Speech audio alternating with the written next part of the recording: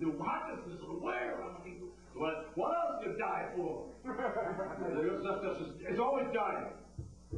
So I respect these people. I'll do a little number from Martin Luther King. I think about him so much. He's in my life.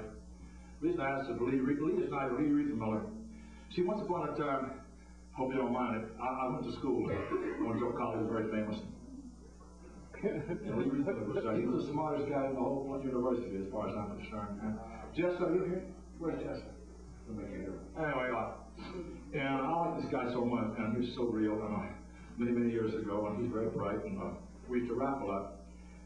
And I remember where I was when Martin Luther King was shot. I was standing at the corner of Irving and Kirkland Street. It was a lovely April evening.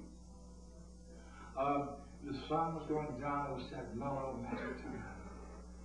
And I was standing there with my lady, and happy, and somebody said, "Did you get the news what? Martin Luther King was shot." And the sound was like thunder. Like my I'm broken. I went home.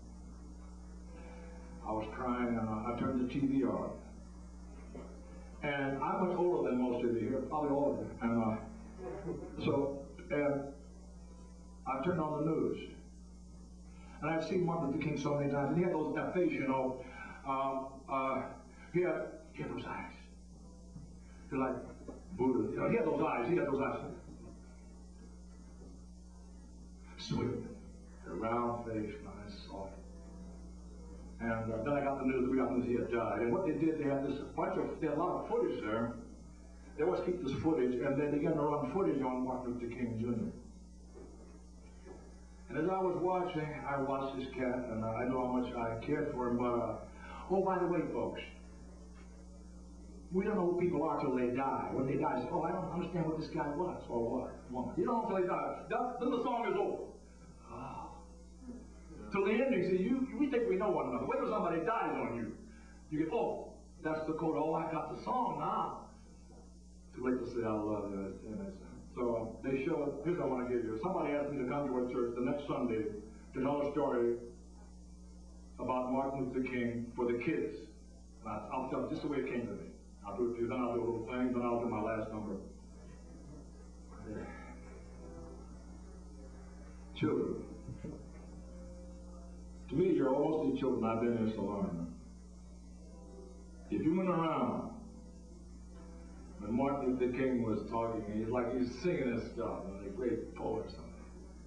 Let me tell you when I fell in love with him, I knew what he was. They had the news that night, you know.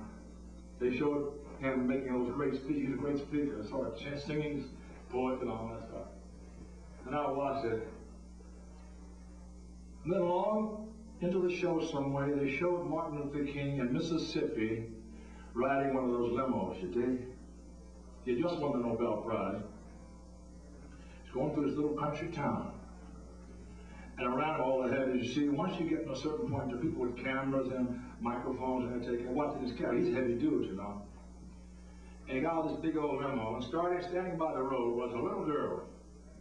She was black, very black. She had those pigtails sticking in every direction, you know what I mean? And she had a little cotton dress on, I guess. And she had those eyes, you know. Angel eyes, and she's dark. And everybody was all around Martin, and she stood there over on the side of the road like this, you know. And then Martin did a kingly thing. What he did was,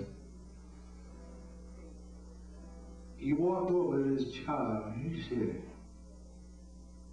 "Give me some sugar." And he kissed her on the forehead. And my heart melted like sugar, like snow. Then I knew how much I loved him more. Oh, children, there was a man in this land who loved children. I tell you this story so you can call it out too.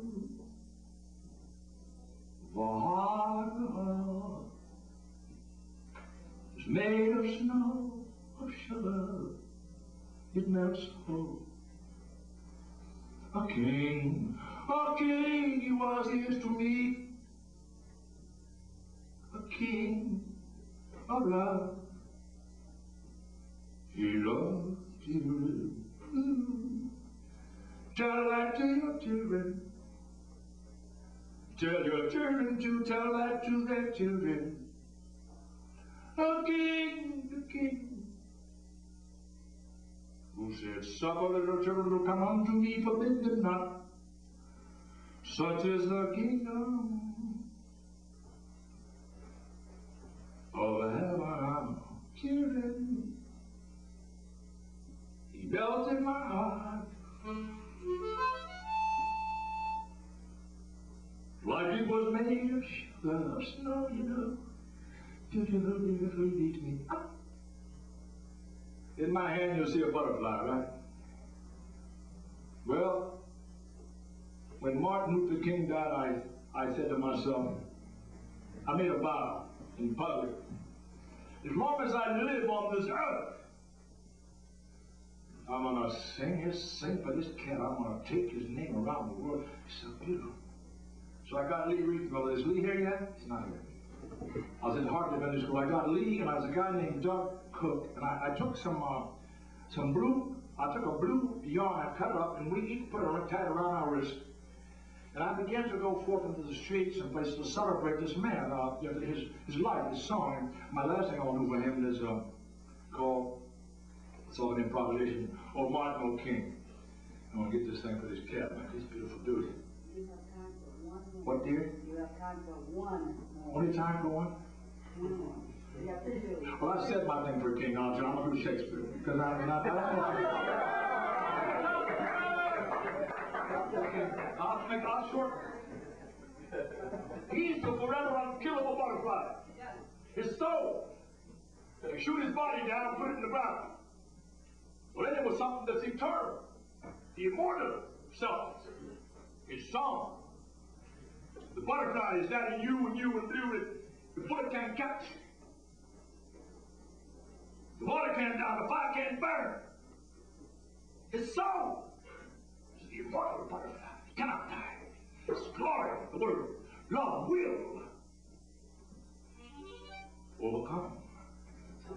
Now I'm going and I'm going to do my one more number. Now, something happened here. I think in the war, the children, the deaf children in the war, the king. I came in here with my ways, and I met this guy. Where's Harmonica Tom? Where's this beautiful? Right here. Harmonica, come on and help me, my brother, man. This beautiful cat. Sitting here, he was sitting over there. And I said, hey, what's happening? He had that wonderful look on his face. He said he had this beautiful somebody, he called it going right, what do you call romance, you think? I said, whoa, wait, that's cool. What's happening? He said, well, I said, you guys think you want to lay on me pretty? And he recited a poem to me. See, now this poem. I tend to stay, I go all the way. My nature is to take it out. Everything I do, I just do to the highest degree. What's the word? I take it to the I take it to the highest point, hyperbolic. But he recited a poem to me. And it sounded like Dante at his best. When Dante was singing for Beatrice, you did. It's like Romeo singing to Juliet, It was like Shakespeare's sonnets, So I wanted to I'd say, he recited this little thing to me. He had it by heart. I said, man, that's beautiful. I said, now you recite this, and I'll dedicate it to you and the one you love, and I want you to play your harmonica behind me. So it's going to be an improvisation. You want to put some drumming in there? Well, now, I want you to recite this thing. I'm going to get over here because get the total attention. Get these lyrics.